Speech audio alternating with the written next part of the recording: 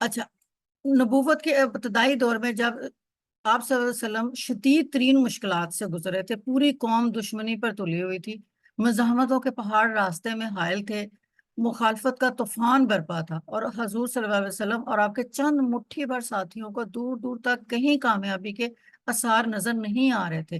اس وقت آپ کو تسلی دینے، آپ کی ہمت بندھانے کے لیے اللہ تعالیٰ نے بہت ساری آیتیں نازل کی تھی، جس میں سے ایک یہ بھی تھی۔ علامہ نشرہ میں فرمایا کہ